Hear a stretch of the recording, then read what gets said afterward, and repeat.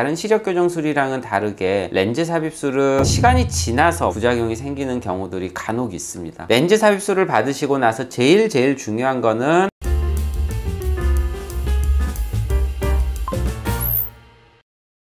안녕하세요, 하얀가의 최현석 원장입니다. 오늘은 렌즈 삽입술 관련해서 영상을 준비를 했고요. 제가 오늘 준비한 이 렌즈 삽입술은 시력교정술에서 하는 렌즈 삽입술이고 백내장 수술과는 좀 차이가 있으니 혼돈이 없으셨으면 좋겠고요. 렌즈 삽입술을 고민하시는 분들은 라식 라섹이 안 되는 환자분이시거나 각막이 얇다든지 모양이 안 좋다든지 아벨리노 같은 각막 이영양증이 있다든지 각막을 못 깎는 사람들, 아니면 각막을 깎을 수는 있으나 이제 각막을 깎는 수술에 대한 거부감이 있으셔서 각막을 좀 유지를 하면서 시력 교정을 하고 싶은 분들이 받는 수술이 렌즈 삽입술이고요. 렌즈 삽입술이라는 거는 눈 안에 있는 홍채와 수정체 사이에 인공 수정체가 들어가는 거라고 보시면 됩니다. 과거에는 이제 홍채를 기준으로 해서 앞에 들어가는 전방 렌즈, 뒤에 들어가는 후방 렌즈, 이렇게 두 가지가 있었는데, 전방 렌즈는 각막 내피세포 감소라는 좀 크리티컬한 부작용 가능성이 있어서 사용이 안 되고 있는 추세고요. 90% 이상 이제 후방 렌즈가 시장에서는 사용이 되고 있는 상황이라고 보시면 될 것 같습니다. 렌즈 삽입술 관련해서는 저희가 과거에 몇 가지 영상을 올려드렸었는데, 기본적인 내용이나 이제 저희 병원에서 하고 있는 2mm 렌즈 삽입술 이런 거에 관련해서는 저희가 영상에 링크를 걸어 드릴 테니까 이런 걸 좀 참고를 해보시면 좋을 것 같고요. 렌즈 삽입술을 이미 받으셨다거나 아니면 앞으로 이제 받으시려고 하시는 분들이 다 좀 참고를 하셔야 되는 영상인데, 렌즈 삽입술을 받고 나서는 꼭 1년에 한 번씩은 경과 관찰을 하시라고 저희가 매우 강조를 해서 말씀을 드리는데요. 다른 시력 교정술이랑은 다르게 렌즈 삽입술은 시간이 지나서 부작용이 생기는 경우들이 간혹 있습니다. 라식, 라섹, 스마일 이런 경우는 부작용이 생긴다고 하더라도 대부분 환자분들이 알아채기가 쉽습니다. 본인이 증상을 느끼기 때문에 빨리 병이 발견이 되게 되는데, 렌즈 삽입술을 하고 나서 생기는 그런 부작용이나 합병증은 본인이 증상을 전혀 모르고 그냥 병이 야금야금 진행이 되다가 세월이 다 지나서 어느 날 우연히 검사를 하러 갔더니 손 쓸 수도 없이 심하게 눈이 나빠져 있는 경우들도 간혹 발견이 되거든요. 꼭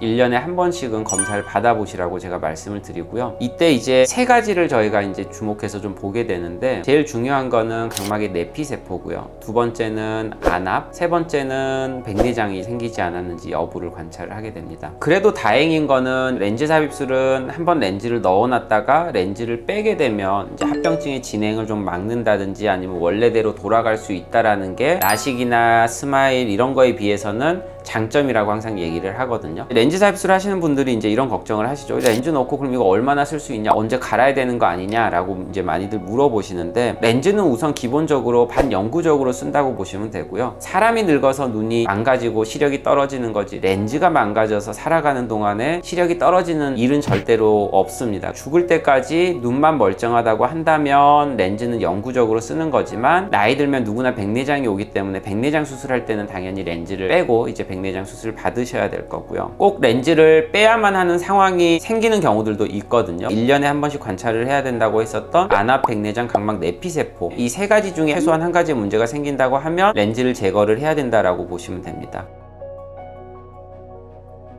각막 내피세포는 후방 렌즈가 들어갔을 때는 사실 각막 내피세포에 거의 영향이 없다라고 알려져 있기는 하지만, 간혹 수술하고 각막 내피세포를 찍어보면 내피세포가 많이 줄어들어 있는 경우들도 간혹 있거든요. 그럼 환자분들이 또 궁금해 하시죠. 각막 내피세포가 어느 정도 줄어들었을 때 렌즈를 빼야 되는 것이냐, 수술 전에 비해서 300개, 400개 줄어들었으면 무조건 빼야 되는 것이냐, 아니면 절대적으로 기준치가 있어서 각막 내피세포가 2000개 이하로 떨어지면 무조건 빼야 되는 것이냐, 이렇게 이제 질문을 주시는 분들이 많은데, 렌즈를 빼야 되는 기준이라는 거는 렌즈 때문에 각막 내피세포가 비정상적으로 많이 줄어든다라는 게 확인이 되면 빼야 되는 거고요. 렌즈 삽입술을 하고 나서 단순히 각막 내피세포가 줄어들었다는 것만으로는 렌즈를 빼지는 않습니다. 렌즈를 집어넣는 수술 과정 중에서 각막 내피가 좀 건드려지게 되면 내피세포가 일시적으로 좀 줄어들 수는 있어요. 그거는 일회성 감소인 거고, 그 이후에는 수술을 하는 건 아니기 때문에 렌즈가 들어가고 나서는 각막 내피세포의 영향을 전혀 안 주고 계속 유지가 잘 될 수가 있습니다. 수술 전에 뭐 각막 내피세포가 3,000개였던 사람이 내피세포 검사를 2년 뒤에 해봤더니 2,300개가 돼 있다. 700개가 줄어들었으니까 지금 당장 렌즈를 빼야 되는 것이냐? 라고 물어보신다면 수치 하나만을 보고 절대로 렌즈를 뺄지 말지 결정을 할 수는 없는 거고요. 각막 내피세포는 나이 먹으면서 정상적으로 1년에 0.5% 정도는 줄어든다고 되어 있습니다. 매년 줄어드는 그 속도가 정상적으로 나이 먹으면서 줄어드는 속도에 비해서 빨리 줄어든다라고 한다면 그때는 렌즈를 제거를 하는 거를 고려를 해봐야 되고요. 계속 2,300개로 잘 유지가 된다고 하면 절대 제거할 필요가 없고 그냥 그대로 쓰시면 되는 거거든요. 그 한 번의 수치만을 보고 걱정을 하실 필요는 없고 6개월이나 1년 간격으로 주기적으로 내피세포 검사를 해보시고 줄어드는 추세가 만약에 좀 빠른 것 같다 그러면은 제거를 하는 게 확실히 좋고요. 인터넷에 막 찾아보다 보면 무서운 후기가 이 각막 내피세포거든요. 각막 내피세포는 한 번 줄어들면 절대로 회복이 되지 않고 너무 많이 줄어들어 버리게 되면 각막이 완전 이제 뿌옇게 변해서 죽은 사람 각막 이식을 받는 수밖에는 없기 때문에 무서운 합병증 중에 하나인 건데, 그래서 렌즈 삽입술 하고 나서 내피세포에 대해서 강박적으로 생각을 하시고 2,000개보다 떨어지면 제거를 해야 되느니 그 한순간에 절대적인 수치만 가지고 좀 걱정을 하시는 분들이 계신데 절대로 그렇지는 않고 줄어드는 속도를 보고 렌즈를 제거할지 말지를 결정을 하시면 되고요. 두 번째는 백내장이죠. 렌즈 삽입술을 하고 나서 후방 렌즈는 수정체 앞에 렌즈가 들어가기 때문에 렌즈랑 수정체랑 물리적인 접촉이 있게 되죠. 자극이 오게 되고, 과거에는 또 렌즈 가운데 구멍이 없어서 방수의 흐름도 원활치가 못해서 눈 안에 있는 수정체 영양 공급이 잘 안 돼서 백내장이 또 잘 생긴다라고도 했었거든요. 맨 처음 나왔을 때는 구멍이 없이 렌즈가 출시가 되었다가, 그래서 렌즈를 집어넣고 나서 인위적으로 홍채에다가 절개, 구멍을 내주는 레이저 홍채 절개술을 추가로 시행을 했었고요. 그래서 이런 부작용들이 자꾸 반복이 되니 이제 개선을 좀 해보자라고 해서 이제 좀 업그레이드가 된 게 저 구멍이 만들어진 거라고 보시면 됩니다.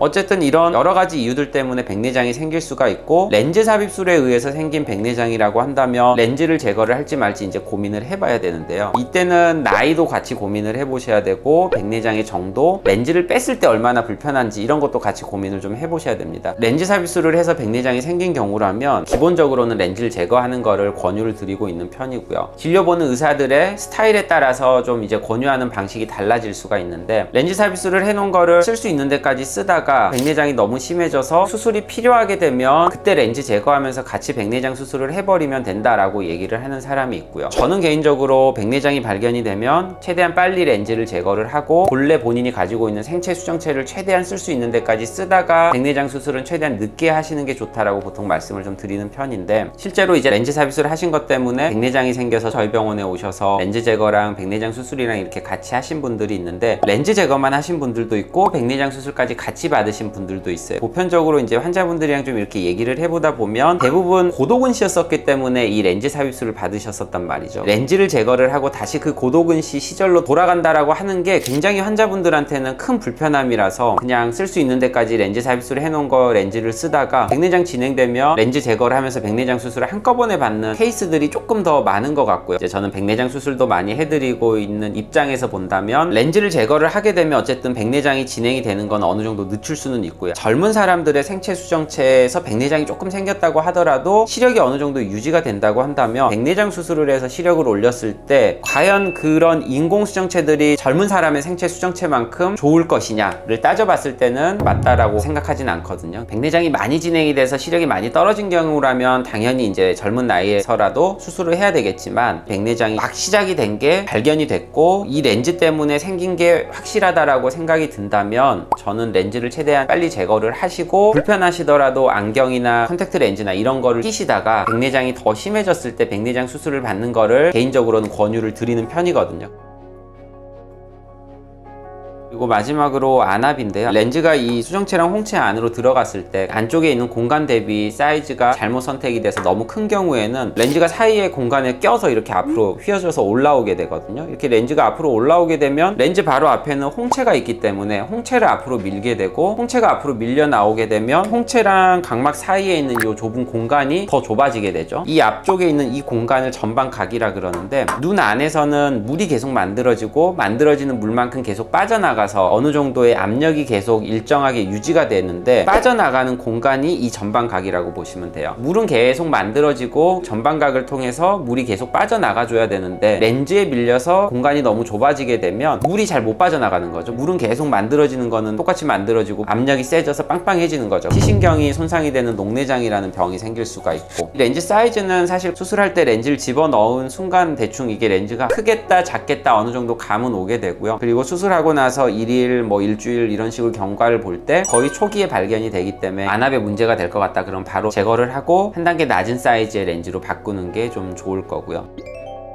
렌즈 삽입술 받으시기 전에 대부분 병원들에서 부작용에 대해서는 자세히 설명을 안 하고 하더라도 생겼을 때 이제 어떻게 대처가 되는지에 대해서는 좀 안 되어 있는 것 같아서 부작용이 생겼을 때 언제 렌즈를 빼고 어떻게 처치를 해야 되는지 정리를 해 드려 봤고요. 렌즈 삽입술이 분명히 각막을 건드리지 않고 내 눈을 최대한 유지를 하면서 시력 교정술을 할 수 있는 좋은 수술인 거는 맞지만, 그렇다고 또 무조건 좋은 수술인 것은 아니니 장점과 단점을 잘 비교를 해 보시고 내가 이 수술이 잘 맞는 것 같다라고 생각을 하신다면 렌즈 삽입술을 하시는 건데, 렌즈 삽입술을 받으시고 나서 제일 중요한 거는 꼭 1년에 한 번씩 경과 관찰을 하실 수 있는 분만 렌즈 삽입술을 받으셔야 되고요. 이상이 보였다 그럴 때는 렌즈를 제거할 수도 있다 정도까지는 생각을 하셔야 됩니다. 혹시 뭐 렌즈 삽입술 관련해서 더 궁금하신 내용이 있으시거나 아니면 부작용 관련해서 뭐 특별히 더 궁금하신 내용이 있다고 하시면 언제든지 밑에 댓글 달아주시고요. 제가 직접 댓글 달아드리도록 하겠습니다. 이상 하이안과의 최현석 원장이었습니다.